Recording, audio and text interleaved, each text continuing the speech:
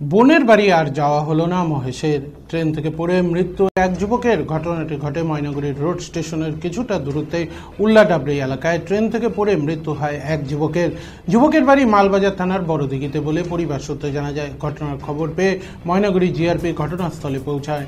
দেহটি উদ্ধার করে ময়নাগুড়ি গ্রামীণ হাসপাতালে নিয়ে আসলে হাসপাতালের কর্তব্যরত চিকিৎসক মৃত বলে ঘোষণা করে। মৃত যুবকের নাম জিআরপি থানায় নিয়ে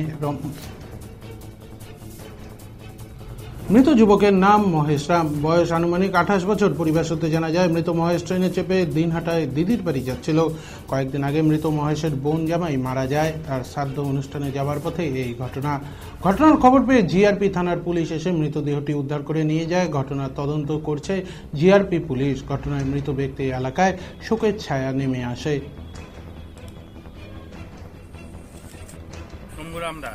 বললাম যে মারা গেছে সে কে হয় আপনার? আমার ভাগনা। ভাগনা কোথায় থাকে? বড়দিঘি। বললাম যে মানে কি নাম যে মারা গেছে? উমেশ রাম। বললাম কি হয়েছে? মহেশ মহেশ রাম। হ্যাঁ। বললাম কি হয়েছে ঘটনাটা বলেন তো একটু। ও যাচ্ছিল, ওর এক জামাই নাকি বোন জামাই মারা গেছে, তো শ্রাদ্ধ ছিল কালকে মৎস্যমুখী, তো মৎস্যমুখীতেই যাচ্ছিল। কোন জায়গায়? এটা দিনহাটায়। তো বললাম কোন ট্রেনে যাচ্ছিল সেটা জানেন? ওইটা বললাম ডেমুতে। কখন ঘটনাটা ঘটে? এইখানে তো ঘটে কত 5টা বোধ হয়, সন্ধ্যা নাগাদ। সন্ধ্যা নাগাদ আর কি। কোন জায়গায়? এটা Maynaguri road, Maynaguri road, over ব্রিজের আশেপাশে।